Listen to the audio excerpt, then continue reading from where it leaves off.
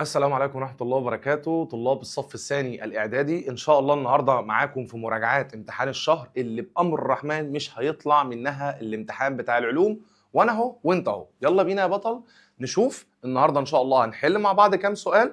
المرة اللي فاتت عملت لكم مراجعة شرح على المنهج كله، إن شاء الله النهاردة بأمر الرحمن النهاردة هنحل مع بعض أسئلة كتير جدا جدا جدا عشان ندربكم كويس. بسم الله. اختار الإجابة الصحيحة. تحول سائل الفريون الى غاز بارد. بيقول لي السائل اهو بيبقى غاز بارد خلال دوره التبريد داخل الثلاجه في مرحله ايه؟ سيادتك عارف ان في مرحله التمدد والتبخر في دوره التبريد في الثلاجه بيتحول الفريون السائل الى غاز ايه؟ بارد. يبقى كده يا مستر هختار في مرحله التمدد والتبخر. السؤال الثاني بيقول الحديد الناتج من تفاعل السيرمت. لو انت فاكر تفاعل السيرمت انا عايز احصل منه على حراره عاليه جدا جدا جدا. بيكون في الحاله الايه يا مستر بقى الحديد اللي ناتج منه؟ يا مستر الحديد بيكون في الحاله السائله. علل ليه بيعتبر الهيدروجين عامل مختزل في تفاعل الهيدروجين مع اكسيد الايه؟ النحاس. طب بالراحه بس كده، ادي عامل الهيدروجين، اكتب بس كده يا جماعه المعادله زائد بيقول لك الهيدروجين مع اكسيد النحاس، ادي CuO. بص يا بابا هتكمل المعادله دي هتلاقي ال H2 ده هتلاقي خد الاو بتاعت ايه؟ بتاعت اكسيد النحاس. يبقى هنا المفروض هيبقى H2O زائد Cu. تقريبا كده خلاص السؤال خلاص كده ايه اتحل. ليه بقى؟ هو بيقول لك ليه الهيدروجين عامل مختزل؟ مستر عامل مختزل يعني بيحصل له عمليه ايه؟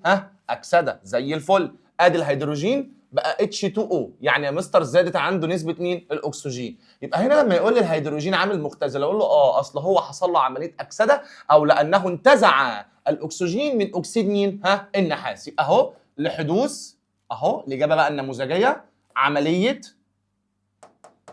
أكسدة حيث أنه انتزع الأكسجين من أكسيد النحاس. كده سيادتك خدت درجتك كاملة غصب عن أي حد. تمام. يعتبر تفاعل الفلزات مع الأحماض المخففة من التفاعلات الطاردة للحرارة. هتقول لي يا مستر هو ليه يا مستر تفاعل طارد للحرارة؟ هتقول لي لأنه مصحوب بانطلاق طاقة حرارية إلى الوسط المحيط. لأنه مصحوب بانطلاق حرارة للوسط المحيط مما يتسبب في ارتفاع درجة حرارة النظام والوسط المحيط. عشان خاطري بالله عليك اعرف ان الطارد رفع درجة الحرارة، الماس خفض درجة الحرارة. بالله عليك يا اخي ما تبخل على نفسك في الامتحان بالاجابة، اكتب يا عم كل اللي انت عارفه. ايه المشكلة يعني؟ تمام. تستخدم كمادات الضغط الفورية الباردة لتخفيف حدة التورم. مستر في حد عنده مثلا حته ورم مثلا في ايده في رجله في اي جزء مستر من جسمه، هنجيب له كمادات ضغط فوريه بارده. ليه؟ هتقولي لانها تعمل على تضييق الاوعيه الدمويه مما يقلل من معدل تدفق الدم حتى تقل حده التورم. زي الفل. يبقى انا هضيق الاوعيه الدمويه عشان ما يوصلش دم. ما هو اذكى اخواتك لو في دم وصل يبقى انت كده يا باشا هتزود الورم. يبقى هنا بيقول لك ليه بتستخدم في تخفيف حده التورم؟ لانها تعمل على تضييق الأوعية الدموية. لأنها تعمل على تضييق الأوعية الدموية مما يقلل من تدفق الدم. تمام. ماذا يحدث عند إضافة قطرات من الجليسرين الى مسحوق برمنجانات البوتاسيوم؟ يا مستر انت لما بتحط الجليسرين ده تنقط كده الجليسرين نقطه نقطه على مسحوق يا مستر من برمنجانات يا مستر البوتاسيوم. ايه يا مستر اللي بيحصل يعني لما بتحط يا مستر يعني ده على ده؟ بص يا عم هتقول لي يحدث تفاعل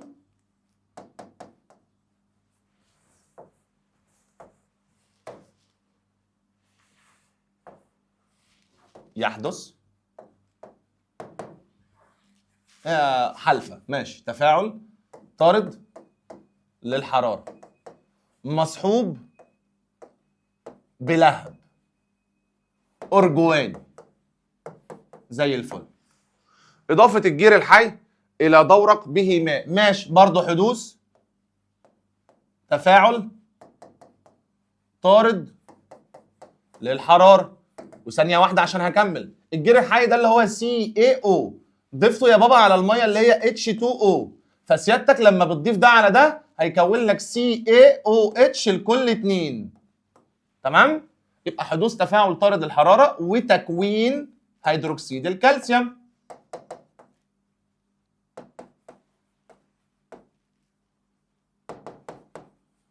تمام يا ولاد؟ تمام.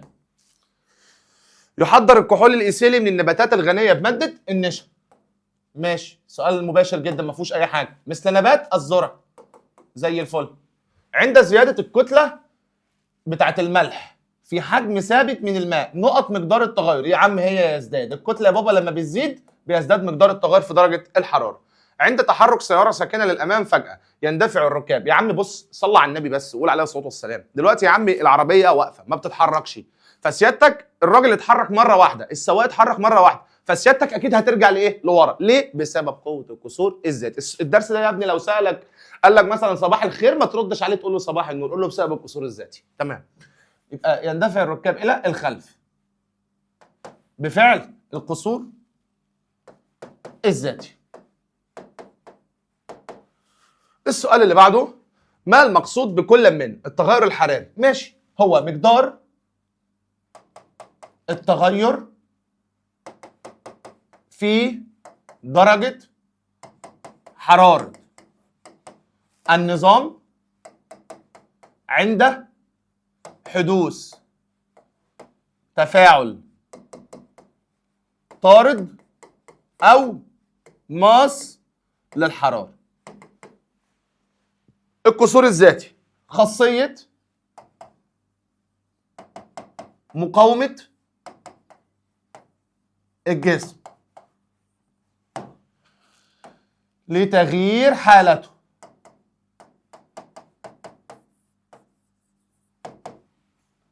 من السكون للحركة أو العكس. امتى الكلام ده؟ ما لم تؤثر عليه قوة تغير من حالته. عامل لكم ان شاء الله مفاجاه ان شاء الله بامر الرحمن هتعجبكم في اخر الفيديو. مجمع لكم اسئله تكتب المصطلح العلمي كلها متجاوبه، علل متجاوبه، ماذا يحدث متجاوبه، كل حاجه يا باشا. ماشي؟ يلا بينا. اذكر مثال لمركبات الهيدروكربونات. ركز يا الهيدروكربونات اهو، بص هيدروكربونات يبقى فيها حرف السي وفيها حرف الاتش. طب مين يا مستر اكبر حاجه او اشهر حاجه عندنا؟ يا مستر جزيء غاز الميثان CH4 اهو. اذكر فرق واحد بين كسر الروابط. يا عم انا دلوقتي عايز اكسر، يبقى دي عمليه تفاعل ايه؟ ماس للحراره. دلوقتي انا عايز اكون، يبقى ده تفاعل طارد للحراره. اذكر تطبيق حياتي على القانون الثالث لنيوتن. يا مستر اسمها الزلاجه المائيه.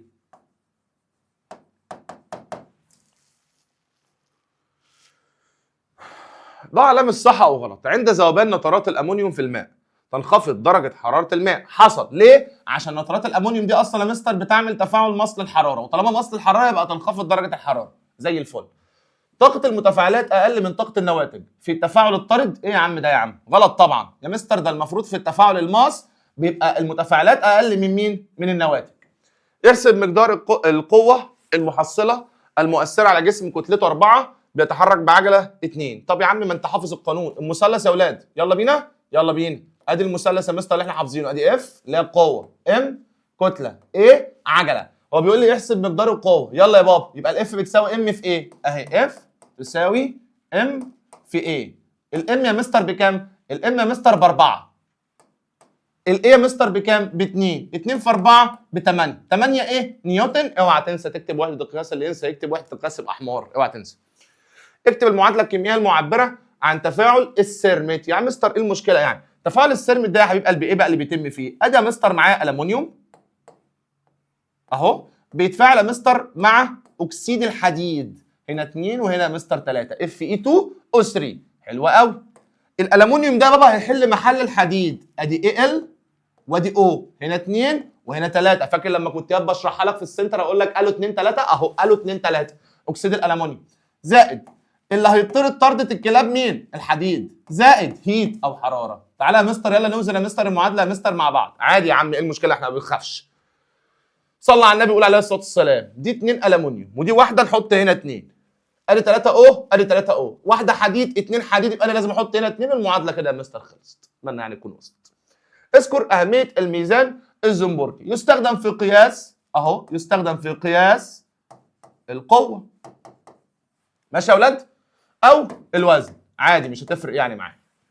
علل اختلاف الوان اللهب في موقد بنزين. يا مستر اللهب ممكن يكون اصفر يا مستر وممكن يكون لونه ازرق، ليه؟ هتقول لي حسب كميه الاكسجين. ويا سلام بقى لو كتبت لي بقى موضوع تعبير، حيث انه اذا زادت نسبه الاكسجين يكون اللهب لونه ازرق، اذا كانت كميه الاكسجين ضئيله يكون اللهب لونه اصفر. انا عايزك في الامتحان ما تسكتش، تمام؟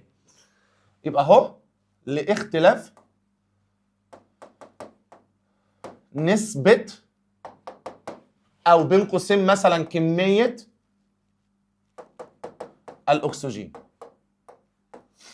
وتكمل بقى سيادتك زي ما انا قلت لك. الوساده الهوائيه اهميه كبيره في حالات التصادم، ماشي تمام، حيث انها تعمل مع حزام الامان على زياده زمن التصادم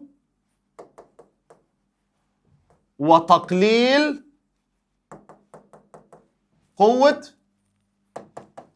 التصادم لمنع أو تقليل.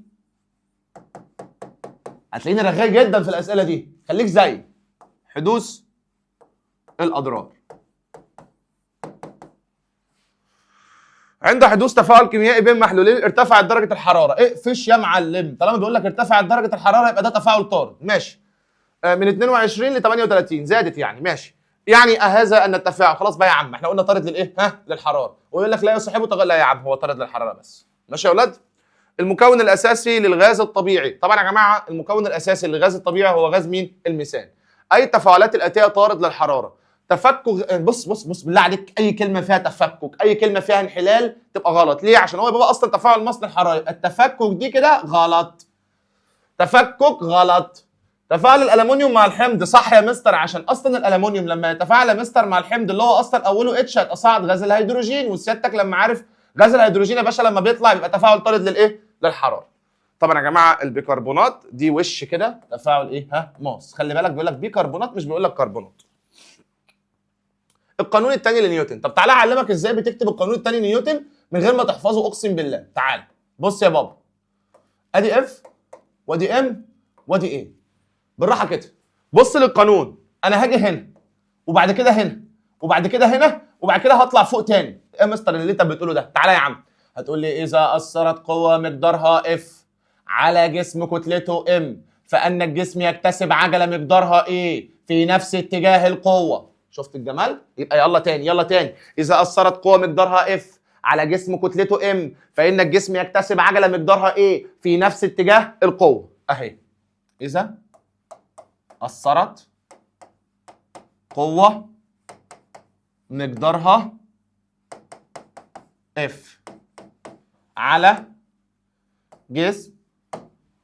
جسم كتلته ام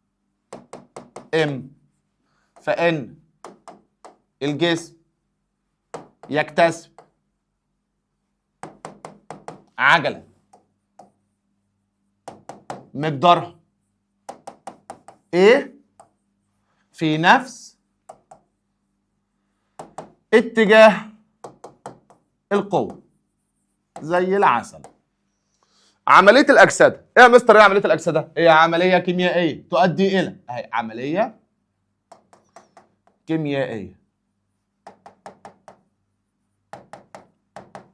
تؤدي لزيادة نسبة الأكسجين، يبقى عملية كيميائية تؤدي لزيادة نسبة الأكسجين أو نقص نسبة الهيدروجين. مفيش هزار، بكتب لك الإجابات النموذجية عشان خلاص الامتحانات. ماذا يحدث عند تسخين ملح كبريتات النحاس المتهدرته؟ مستر كبريتات النحاس يا مستر المتهدرته دي لو انت يا مستر سخنتها هتقول لي ايه؟ هتقول لي تتحول الى كبريتات نحاس. سبحان الله، كانت متهدرته يبقى تتحول لكبريتات نحاس ايه؟ ها؟ سامعك، غير متهدرته، بس لازم طبعا اقول له لونها بيضاء اللون اهي بين قوسين كده يا عم، عادي بيضاء اللون. انحلال غاز الاوزون، انحلال طالما انحلال يبقى هو تفاعل ماس، طالما هو تفاعل ماس يبقى بيؤدي لخفض درجه الحراره، يبقى بالنسبه لدرجه الحراره بتاعت الوسط المحيط تنخفض. بس خلاص. زياده كتله الجسم بالنسبه للقصور الذاتي ومسافه التوقف. مستر كل ما بتزود الكتله كل ما القصور الذاتي بيزيد والمسافه برضه هي كمان بتزيد، يبقى تزداد القصور، قوه القصور يعني الذاتي ومسافه التوقف. السؤال اللي بعده، يستخدم سائل الفلور في تبريد الطعام داخل الثلاجه. لا يا مستر هو مش الفلور، هو يا مستر بيستخدم سائل الفريون.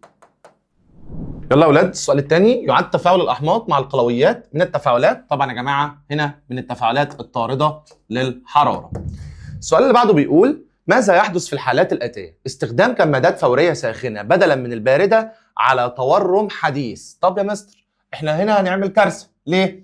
انت هتحط كمادات ميه سخنه على او كمادات فوريه سخنه على ورم حديث. ايه يا مستر اللي هيحصل؟ يزداد اهو، يزداد معدل تدفق الدم وتزداد حدة التورم. كارثة طبعا. التأثير على جسم بقوتين متساويتين في المقدار ومتعكسين في الاتجاه على خط عمل واحد. ادي يا عم قوة وادي يا عم قوة عكسها، دي مثلا 50 نيوتن ودي كمان 50 نيوتن والجسم اهو هنا.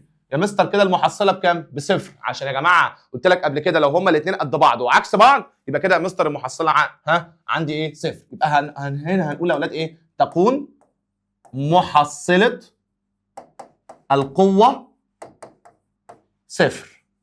اللي بعده، اطفاء حرائق الصوديوم والبوتاسيوم بالماء. يا ساتر يا رب. طبعا يا جماعه تزداد الحرائق اشتعالا. ليه يا مستر محمود؟ لتصاعد غاز الهيدروجين. يبقى يا جماعه اهو، يبقى لما غاز الهيدروجين يا جماعه بيتصاعد بتزداد الحرائق ايه؟ اشتعالا.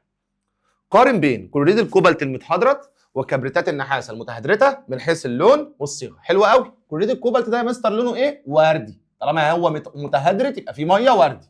طب كبريتات النحاس المتهدرته لونها ازرق. الصيغه بقى بتاعت ده ايه؟ CO Cl2 دوت 6 جزيء ميه.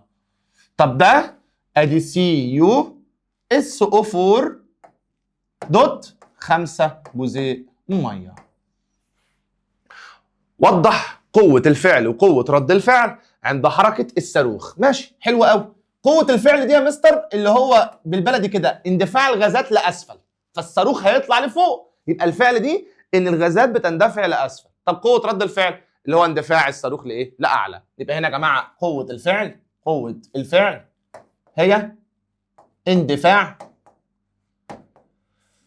الغازات لاسفل، بينما رد الفعل هو اندفاع الصاروخ لاعلى. القانون الثالث طبعا يا جماعه لنيوتن. ايا مما يلي يستخدم لعزل الحريق عن الهواء. وش كده ثاني اكسيد مين؟ الكربون. يلا مساله، يلا اهو اللي احنا حافظينه صم القانون FMA. بص من قبل اصلا ما اقرا المساله عايز اشوفه بس هو عايز ايه. عايز العجله اهو، يبقى اف على مين؟ على ام. اف على ام، الاف يا جماعه بكام؟ الاف ب 12، الام بكام؟ ب 4، يبقى 12 على الاربعه تطلع 3. 3 ايه؟ متر كل ثانيه. اي العمليات التاليه تصنف على انها عمليات ماصه للحراره. طبعا يا جماعه عمليه الايه؟ الانصهار. الانصهار يا جماعه اي ماده عايزه تنصهر هتمتص ايه؟ حراره. ماشي؟ السؤال يا اولاد اللي بعده، وضح بالرسم مخطط الطاقه لتفاعل طارد للحراره زي العسل. بص يا معلم، اهو بتعمل دي كده اهو واهو، محور اكس ومحور واي. تمام؟ خلي بالك بقى معايا، لما يقول لك انا عايز ارسم طارد للحراره يبقى التفاعل بتاعك نازل لتحت. لما يقول لك انا عايز ارسم وصل الحراره يبقى التفاعل بتاعك طالع لفوق. تعالى اقول لك ازاي. انا معايا هنا اهي دي الطاقه، وده يا جماعه اهو هتكتب هنا اتجاه سير التفاعل، وهتكتب هنا يا بابا على المحور ده الطاقه، وهتعمل لي كده بس كده. بص يا حبيب قلبي، انت كنت فين؟ المحور ده يا جماعه ده اهم حاجه بالنسبه لي. انت كنت هنا بقيت هنا، شايف النقطه دي كانت هنا اهي اهو، كنت هنا بقيت هنا، نزلت. طالما نزلت يبقى طارد عشان خاطري. دي بقى يا بابا اسمها ايه؟ دي يا مستر اسمها المتفاعلات اهي، ودي يا مستر اسمها النواتج. بس خلاص زي الفل. اذكر اهميه لهب الاوكسي اسيتيلين. يا مستر يستخدم في قطع ولحام المعادن. قطع ولحام المعادن. عمليه كسر الروابط في المتفاعلات تعد عمليه ماصه للحراره، يبقى لانها تحتاج لكميه من الحراره لكي يحدث كسر للروابط وللتغلب. شايف يلا على طاقة الربط. شايف هذه الرغي ياض؟ عايزك كده. يسمى قانون نيوتن الاول بقانون القصور الذاتي. هذا هتشرح لي يا عم ايه هو القصور الذاتي؟ بس كده اهو، لانه يساعد الاجسام على الاحتفاظ بحالتها من السكون او الحركه بسرعه منتظمه ما لم تؤثر عليها قوة تغير من حالتها. يجب إضافة الحمض المركز إلى الماء عند التخفيف وليس العكس. حلو. لكي يمتص الماء الحرارة وتجنب حدوث الأضرار. أنا على فكرة السؤال ده ممكن أكتب فيه موضوع تعبير، وتجنب حدوث أضرار. في بطارية الليمون تتحول الطاقة، طبعا يا جماعة هقول له الطاقة الكيميائية أهي إلى الطاقة الكهربية. إلى الطاقة الكهربية. تقاس القيمة الحرارية للوقود بوحدة كيلو جول لكل جرام. يندفع ركاب السيارة للأمام عند توقفها فجأة. سؤال مهم جدا جدا جدا. ليه يا عم؟ ليه العربية أول ما بتقف فجأة الركاب بيندفعوا للأمام؟ هتقول لي لأن بص بسبب قوة القصور الذاتي أهو، بسبب أن قوة القصور الذاتي تجعل الراكب يحتفظ بحالة الحركة. ماشي؟ يبقى أنا دلوقتي بتحرك مرة واحدة وقفت، العربية وقفت بيا، هطلع لقدام. ليه؟ عشان في قوة اسمها قوة القصور الذاتي بتجعل الركاب يحتفظوا بحالتهم، صح الكلام؟ يبقى بسبب ان قوة القصور الذاتي تجعل الراكب يحتفظ بحالة الحركة لفترة قصيرة. نشعر طبعا يا جماعة ومقاومة اهي، ومقاومة شايف اهو السكون او التوقف، بس زي الفل كده اهو.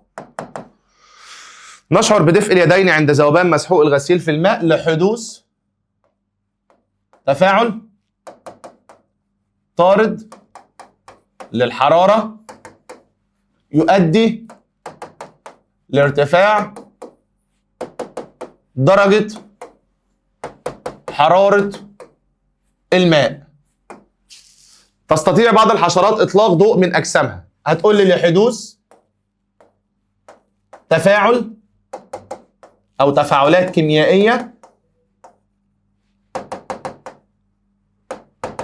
داخل أجسامها، بين قوسين كده أروح كاتب له تفاعلات طاردة للحرارة، وبالتالي تخرج الحرارة على هيئة ضوء. اذكر أهمية تفاعل السيرميت. تاني ماشي. تفاعل يا جماعة اللي اسمه تفاعل السيرميت ده قطع، احنا تقريبا لسه حالينه ولا انا؟ ده قطع ولا حامل معادن. ماشي يلا يا اولاد، اذكر أهمية تفاعل السيرميت. طبعا يا حبيب قلبي الجميل هتقول لي في تفاعل السيرميت ايه؟ ركز بقى معايا جدا في الحتة اللي جاية دي. تفاعل السيرميت بيستخدم في لحام قضبان السكك الحديدية. 2 عربة بضائع كتلتها 10. ماشي ادي كده ام تتحرك بعجلة مقدارها ايه؟ احسب العجلة اللي بتتحرك بيها العربة عند تضاعف القوة المحصلة عليها. طيب مبدئيا كده انا مش هينفع احسب بالبلدي كده اهو العجلة الا لما اشوف القوة اصلا بكام. ماشي، انا هقول ان الاف بتساوي ام في ايه. ادي يا مستر الام بكام؟ احنا يا مستر دلوقتي عندنا اهو الام ب 10 والايه يا مستر عندنا بواحد. 10 في 1 ب 10. 10 ايه؟ 10 يا مستر نيوتن عشان دي قوه. طب تعالى بقى ركز معايا. هو بيقول لك انا عايز العجله اللي هي رمزها ايه اهو هتساوي كام لما تتضاعف القوه. سيادتك لسه جايب هنا القوه ب 10، لما يا مستر القوه تتضاعف بدل ما هي 10 تبقى سيادتك كام؟ 20. الله يفتح عليك، ما احنا اهو معانا اهو قانون. ادي اف وادي ام وادي ايه. انا عايز اجيب الايه يبقى الاف على الام، بس خلي بالك هقول اللي هي بكام؟ ب 20. 20 على الام بقى العاديه يا مستر اللي هي كام؟ 10. 20 على ال 10 تطلع 2. 2 ايه؟ متر لكل ثانيه اس 2. متفقين يا اولاد؟ تمام. قوه ماشي خلاص حسبناها. الماده اللي بتنتزع الاكسجين، ماده خدت اكسجين. طالما يا مستر انتزعت اكسجين يعني زادت عندها نسبه الاكسجين، يعني دي عمليه اكسده. طالما هي حصل عمليه اكسده يبقى الماده اسمها العامل المختزل اهي. يبقى الماده هنا عندي اسمها العامل المختزل. مواد تتكون عند ارتباط جزيئات بعض المواد بعدد محدد من جزيئات المواد اسمها المواد المتهدرته. المواد المتهدرته. مؤثر بيسبب تغيير في حركه الجسم او في شكله او في حتى في اتجاهه، دي يا مستر اسمها القوه زي العسل. ماذا يحدث في الحالات الاتيه؟ حدوث تصادم مرن بين جسمين ليهم نفس الكتله، واحد ساكن والتاني يا مستر متحرك. طب يا مستر ما هو انا لما يبقى في عندي تصادم مرن جسمين ليهم نفس الكتله، واحد ساكن والتاني متحرك، يعني مثلا ده واحد اهو بيتحرك والتاني يا مستر ساكن، ده خبط في ده. هتقول لي ايه؟ هتقول لي طالما هو مرن يبقى هيتوقف الجسم الساكن اهو، يتوقف الجسم الساكن. انا اسف، توقف جسم الساكن ازاي يعني؟ ماشي ما علينا. يتوقف الجسم المتحرك اهو ويتحرك الجسم الساكن بنفس سرعة الجسم المتحرك. بنفس سرعة الجسم المتحرك. السؤال اللي بعده، اشعال شمعة جرافين ثم وضعها تحت ناقوس زجاجي. هتقول لي تنطفئ لعدم وجود اكسجين. اذكر اهمية طفايات الحريق. تعمل على عزل غاز الاكسجين اهو. حزام الامان. حزام الامان ده يا مستر بالبلدي كده بيعمل على تقليل سرعة الارتداد لحماية الراكب. سبحان الله، ايه اللي حصل ده؟ ما علينا. لحماية الراكب من التصادم. السؤال اللي بعده، العبوات ذاتيه الايه؟ التسخين. دي يا مستر ذاتيه التسخين؟ بص بقى يا حبيب قلبي، بتعمل ايه؟ تعمل على تحضير القهوه والمشروبات وتسخين ايه؟ الطعام. وتسخين الطعام. القوى الغير متزنه تتسبب دائما او بتسب، يعني بالبلدي كده يا جماعه، دايما بتزود السرعه؟ لا، هي ممكن تقللها وممكن تزودها. جميع عمليات الذوبان مصه؟ لا غلط، هي في مصه او في ايه؟ طرد. اصطدمت كرة بجدار ثم ارتدت بسرعه اقل. كوره حدفتها في حيطه رجعت تاني، بس رجعت بسرعه قليله، يبقى اكيد يا مستر نوع التصادم ده تصادم غير مرن. ليه؟ لحدوث فقد في الطاقه. اهو لحدوث فقد في الطاقه. جايب لك اسئله كتيره جدا جدا جدا عشان اضمن لك اللي هي ان شاء الله بامر الرحمن مش هيطلع ان شاء الله بامر الرحمن منها الامتحان. اذكر اهميه موتور الثلاجه. ماشي يا مستر، موتور الثلاجه بيعمل على سحب الغاز وضغطه. سحب الغاز وضغطه. ماذا يحدث عند احتراق غاز النشادر احتراق غير تام في الهواء مع كتابه المعادله؟ اكتب بس يا عم المعادله الاول. ادي النشادر NH3 بيتحرق، يبقى هجيب له اكسجين. طبعا يا اولاد لما يتحرق مع الاكسجين هيطلع لي حاجه اسمها النيتروجين، وهيطلع لي كمان يا مستر بخار ميه. سيادتك لو عايز توزن المعادله، بص انا كنت مبصمجها لك في السنتر بعد ما فهمتها لك. قلت لك هنا 4 3 2 اهو، قليت كل شويه بقى لي 1 في الاخر خالص، بس حط 6. ده كده يا مستر معادله موزونه. هو بقى بيقول لك ايه اللي يحصل لما النشادر يتحرق. بص يا عم النشادر اهي، بص بقت N2. طب ما انا عندي عمليه اسمها عمليه الاكسده، هي زياده الاكسجين او نقص الهيدروجين. اهو ده كان فرحان قوي، النيتروجين ده كان معاه 3 اتش، عشان كده اسمه النشادر. بقى معاه حاجه؟ لا، بقى لوحده. يبقى دي يا مستر اسمها عمليه اكسده. حلو الكلام؟ طب ده يا عيني كان لوحده، زاد عنده نسبه الهيدروجين، يبقى يا مستر ده حصل له عمليه اختزال. ارجع بقى للسؤال اشوف عايز مني ايه اللي يحصل لما بحرق النشادر. هتقول لي تحدث للنشادر عمليه اكسده ويحدث للاكسجين عمليه اختزال. مقارنه كمادات الضغط الفوريه البارده وكمادات الضغط الفوريه الساخنه من حيث الماده المذابه. ماشي. كمادات الضغط يا ابني الفوريه البارده والسخنه، في ماده مذابه هنا يا مستر، وعندنا مستر برضو الاستخدام. طيب هنا الماده المذابه نترات الامونيوم. نترات الامونيوم. هنا كبريتات اسمها كبريتات المغنيسيوم. اهو تمام. الاستخدام دي تقليل حدة التورم، دي تقليل اجهاد العضلات. السؤال اللي بعده، مثلث الاحتراق ومثلث الاطفاء من حيث العناصر. ماشي. الاحتراق الاول عندي الوقود وعندي الحراره وعندي اهم حاجه الاكسجين. الاطفاء عندي حاجه اسمها عزل الاكسجين، عندي حاجه اسمها ازاله الوقود، وفي الاخر خالص حبيب قلبي الجميل عندي التبريد.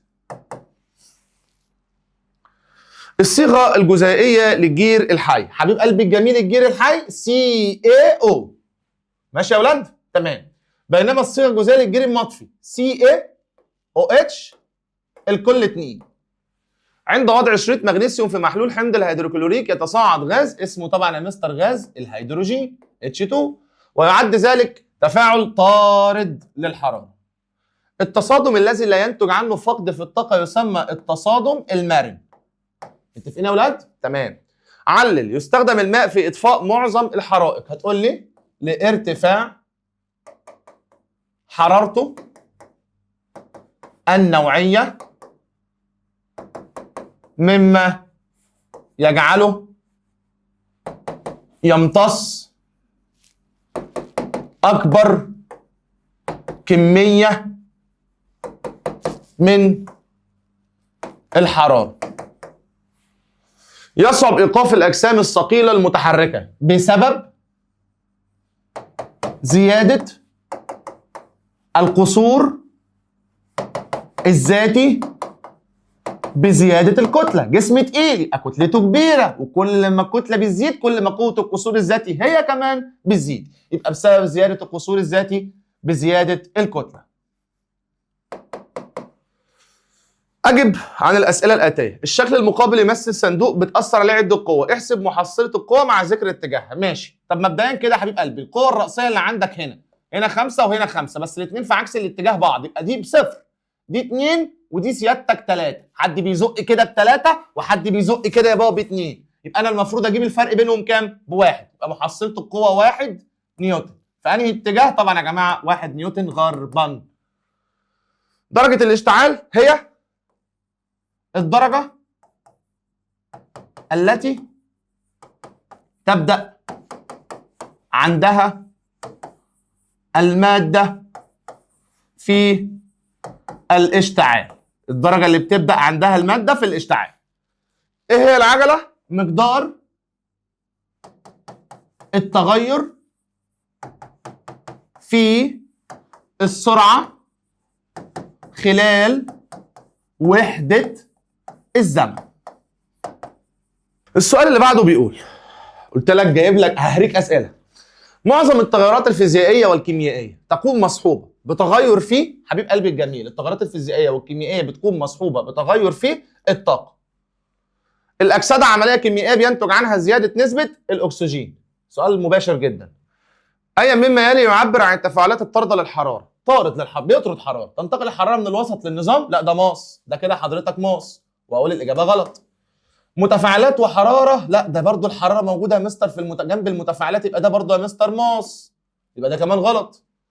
تقل درجة حرارة النظام؟ لا يا مستر التفاعل الطارد اهو بترتفع درجة حرارة النظام، يبقى اكيد يا جماعة تي 2 اكبر من تي 1 حصل عشان بيؤدي الى رفع درجة الايه؟ الحرارة. من عناصر الاحتراق الاساسية سهلة جدا جدا جدا، وقود اكسجين حرارة، لسه قايلينها 3000 مرة. اي مخططات الطاقة التالية يعبر عن تفاعل ماس؟ حبيبي مش انا قلت لك في التفاعل الطارد نازل لتحت، التفاعل الماس طالع لفوق. طب ركز كده معايا، انا هنا اهو، بص ركز معايا عشان خاطري، انا هنا كنت هنا اهو تمام. هو طبعا ده يا جماعه اسمه عبط. ليه؟ انت المفروض بص، انت كنت هنا بقيت هنا، وهنا المفروض يا مستر انت نازل لتحت. طالما يا مستر نازل لتحت يبقى ده طارد. طالما يا مستر هنا طبعا مفيش اي حاجه، طارد برضه يا مستر. طيب انا يا مستر بقى عايز اختار واحد، ده يا اما ده. لا طبعا يا مستر ده الصح اهو، الاجابه الف، كنت هنا بقيت هنا، صح كده. عند إذابة 80 جرام من نترات الأمونيوم في الماء لتكوين لتر واحد من المحلول، كانت درجة الحرارة الابتدائية بتساوي 20، ودرجة الحرارة النهائية بتساوي كام يا أولاد؟ 14. مستر ده درجة الحرارة كده يا مستر بالبلدي كده قلت، طالما قلت يبقى ده تفاعل إيه؟ ماس للحرارة، يبقى ده تغير فيزيائي ماس للإيه؟ للحرارة. السؤال اللي بعده، من مخطط الطاقة في الشكل المقابل تكون الطاقة المنطلقة عند تكوين روابط النواتج. بص بقى يا بابا، هو هنا السؤال ده بس فيه غلطة بسيطة، هو بيقول لك تكوين روابط النواتج. يا بابا هو بيتكلم عن دي، بيتكلم دلوقتي عن دي، الحتة دي كده. النواتج دي يا حبيب قلبي بكام؟ ب 170، هو هنا طبعا كاتب 170، كاتب قصدي 70، فطبعا يا جماعة هتبقى الإجابة 170. متفقين يا أولاد؟ يلا. أي مما يلي يعد صحيح لهذا التفاعل المعبر عنه بالمعادلة التالية؟ ماشي يلا نشوف. ده سي يو او بقى سي يو، يعني يا مستر حصل لها عمليه ايه؟ اختزال. يحدث اختزال للهيدروجين؟ لا احنا قلنا اللي هو بيحصل اختزال لاكسيد النحاس. تحدث اكسده للهيدروجين؟ ماشي الكلام ده تمام، ويعتبر عامل مؤكسد؟ غلط، هو لو اكسده هيبقى عامل ايه؟ مختزل. تحدث اكسده لاكسيد النحاس؟ لا احنا لسه قايلين اختزال، يبقى اهو يحدث اختزال لاكسيد النحاس ويعتبر عامل مؤكسد. كل مما يلي يحدث عند اضافه الماء للحمض. بس وقف عندك، هيضيف ميه على الحمض يبقى ده مستر تفاعل من غير ما اكمل طارد زي الفل، بس قال لك في حاجه غلط بقى، ترتفع درجه الحراره، دي صح مش هينفع اختارها. درجه الحراره النهائيه اكبر من الابتدائيه، صح. يكون الذوبان طارد صح، يبقى هي تنخفض درجه الحراره. عند اضافه 4 جرام من هيدروكسيد الصوديوم الى 100 مللي ميه ارتفعت درجه الحراره. اقفش يا معلم، طالما ارتفعت درجه الحراره يبقى ده تفاعل ايه؟ طارد. طيب بيقول لك الذوبان ماس غلط. الذوبان طارد لان تي 2 اكبر من تي 1. يا مستر الذوبان طارد عشان درجه الحراره يا مستر زادت. درجه الحراره يا مستر ايه؟ زادت. يبقى تي 2 اكبر من كام؟ من تي 1. عند زياده كتله المذاب للضعف مع ثبات الحجم في تجربه ذوبان طارد للحراره، فان مقدار التغير طبعا يا جماعه يزداد للضعف تقريبا عشان هو بيزداد بمقدار ثابت. اي مما يلي يعد دليل على ذوبان ماس للحراره. ذوبان ماس للحراره تغير لون المحلول فقط ولا ارتفاع درجه حراره الوسط المحيط بعد الذوبان؟ لا طبعا. بص ماس، يبقى كلمه ارتفاع دي ما اشوفهاش خالص. انخفاض صح الكلام، يبقى انا هختار الاجابه د. الف وجيم دي صح ودي صح، يبقى انا هختار الاجابه رقم د. إذا كانت الطاقة الممتصة، والله لسه حلينه أصلا حالا يا عم. هو كده كده هيبقى بص الطاقة الممتصة 50 تمام، والطاقة اللي انطلقت 25. اللي امتصتها أكتر يا مستر من اللي انطلقت يا مستر مين؟ يبقى هو ده مستر ذوبان إيه؟ مصل الحرارة. يلا ما علينا. في بطارية تاني ماشي سهلة. في بطارية الليمون تحول الطاقة الكيميائية أهو. معلش أنا هتلاقيني مزود لك شوية أسئلة عشان بس أضمن إن أنت هتبقى تمام إن شاء الله. اللي عايز يا جماعه يتفوق اقسم بالله ويقفل الامتحان ذاكر يا ابني دي، وان شاء الله بامر الرحمن هتلاقيني كاتب لك او حاطط لك لينك الملزمه في اول كومنت. في بطاريه الليمون تتحول الطاقه الكيميائيه الى طاقه كهربيه. العناصر الاساسيه لمثلث الاحتراق الوقود والحراره والاكسجين. تمام. اثبت العالم نقط ان الطاقه لا تفنى ولكن تتحول من صوره اخرى. ماشي يا عم. هيرمان فون هيلم هولتز.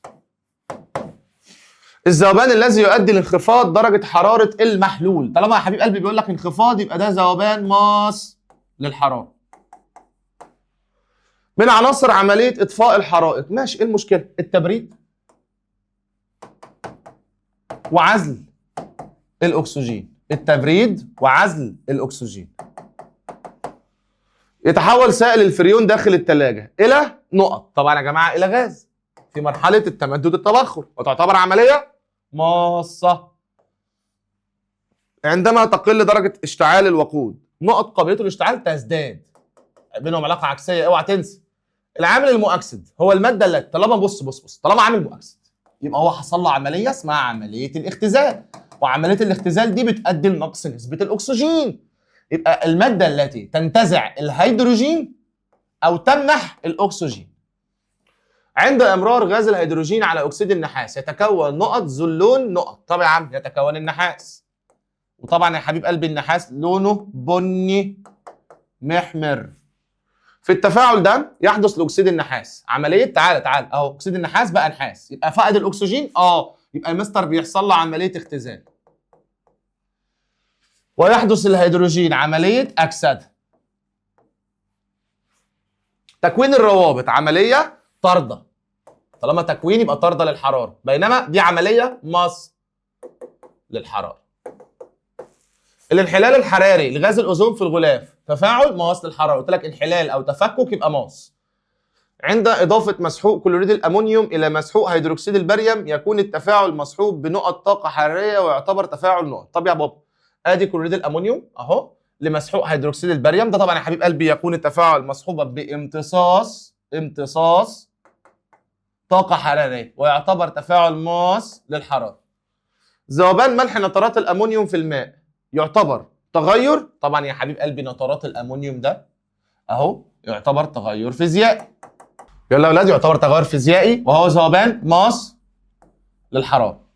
يتم عزل غاز الاكسجين عن الحريق باستخدام ماشي يا عم ممكن الرمال او طفايات الحريق او ثاني اكسيد الكربون عادي. عند اضافه قطرات من الماء الى كلوريد الكوبالت الغير متهدرت يتغير لونه. بص بقى يا معلم، هو كلوريد الكوبالت المتهدرت انا كنت لسه حله معاك كان لونه وردي، فهو المفروض هنا يتغير لونه من الازرق للوردي. اوعى تنسى. ينتج عن الاحتراق التام لغاز الميثان تكون. ماشي يا مستر، احتراق تام وغاز الميثان ده لما مستر بالبلدي كده اهو بص الميثان اهو CH4 زائد O2 يدينا ثاني اكسيد الكربون وبخار ميه CO2 زائد بخار ميه اللي هي H2O زائد هيت اللي هي حراره. تمام؟ عايز يا مستر اوزن المعادله، احط هنا 2 هنا طبعا بقت 4 وهنا كمان يا مستر 4. طب بس هنا 2O و2O يبقى انا لازم نحط هنا كام؟ 2. يبقى هنا يا مستر يتكون مين؟ يتكون بخار ميه وثاني اكسيد الكربون، وذلك عبر تفاعل طارد للحراره. ذوبان كلوريد الكالسيوم في الماء نقط، بينما ذوبان كبريتات البوتاسيوم في الماء نقط. طبعا يا جماعه كلوريد الكالسيوم في الماء ده ذوبان طارد للحراره، لكن ده مستر ذوبان مصدر الحراره. المعادلات ثم المعادلات ثم المعادلات مهمه جدا جدا جدا. ممكن يجي يمس عليك كده في الامتحان يقول لك اكتب لي معادله كذا، لازم اعرف المعادلات كلها. الامثله لازم اعرف الامثله كلها. يقول لك اديني مثال على ذوبان طارد، اديني مثال على ذوبان ماس، لازم انت تكون مجهز نفسك.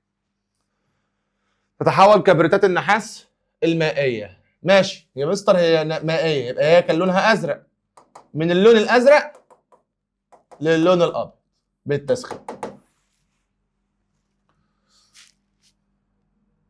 تحتوي كمادات الضغط الفوريه على نقط، الفوريه نقط، على ملح نقط، واللي بتستخدم في تخفيف اجهاد العضلات. طالما عضلات يبقى هي ساخنه، يبقى هي الساخنه على ملح اسمه كبريتات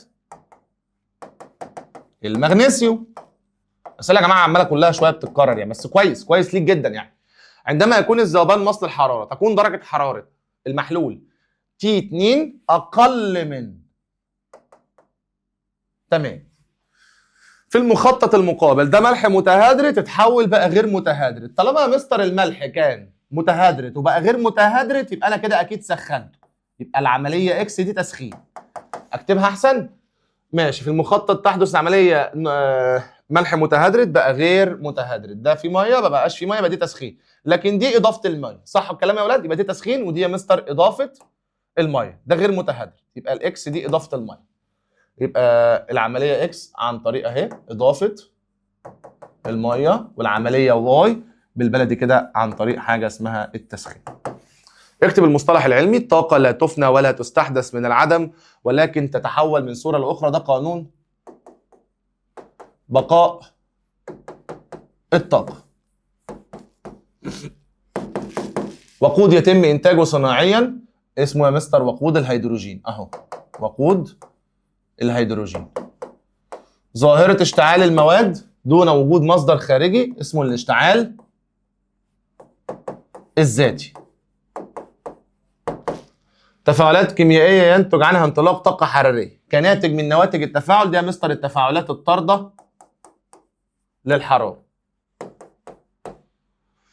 عمليه كيميائيه تؤدي لزياده نسبه الاكسجين، دي يا مستر اسمها عمليه الاكسده.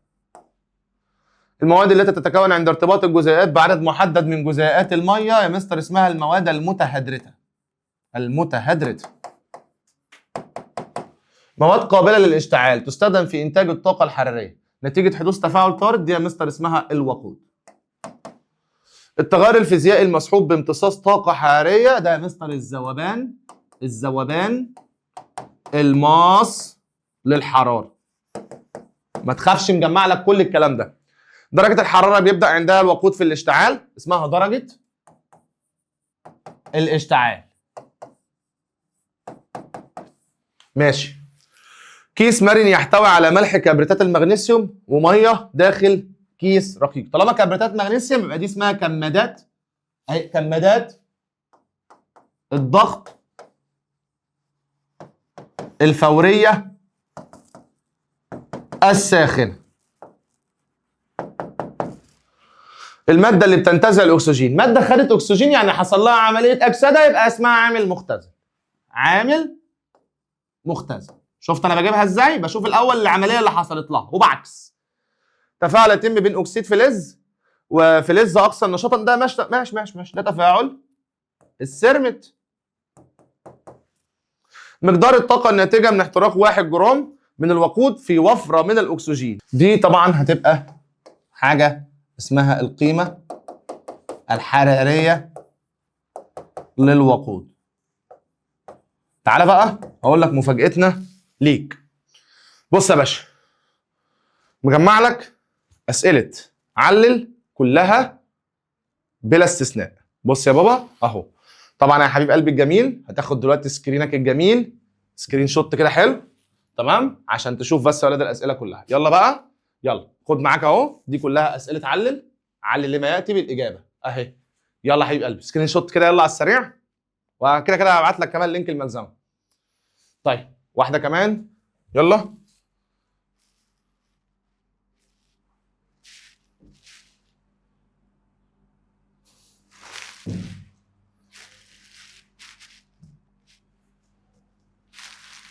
بص يا اولاد اهو، يلا بينا سكرين شوت حلو كده. يلا اللي بعده.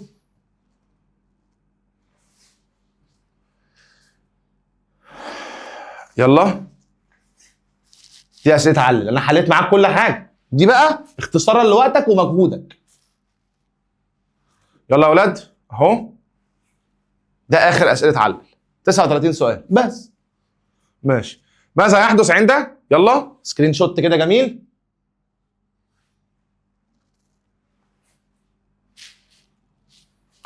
عندك حبيب قلبي الجميل كل المقارنات، كل المقارنات بلا استثناء اهو، سكرين شوت يلا. خش على اللي بعده، اعطيها سكرين شوت يلا.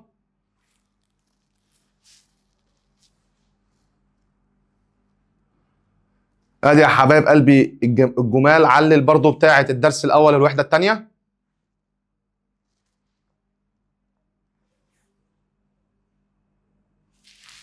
واخر حاجه خالص برضو يا اولاد هنكملها اهو مع بعض.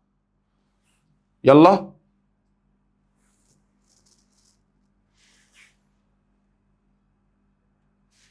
والمسائل. بكده حبايب قلب الشطار نكون خلصنا مراجعتنا، مراجعه الشهر تاني اعدادي. اتمنى من ربنا سبحانه وتعالى ربنا ان شاء الله ان شاء الله ان شاء الله يوفقكم. اتمنى من ربنا منكم طلب، ذاكروا كويس جدا، الدرجه هزعل عليها. اشوفكم ان شاء الله على خير، والسلام عليكم ورحمه الله وبركاته.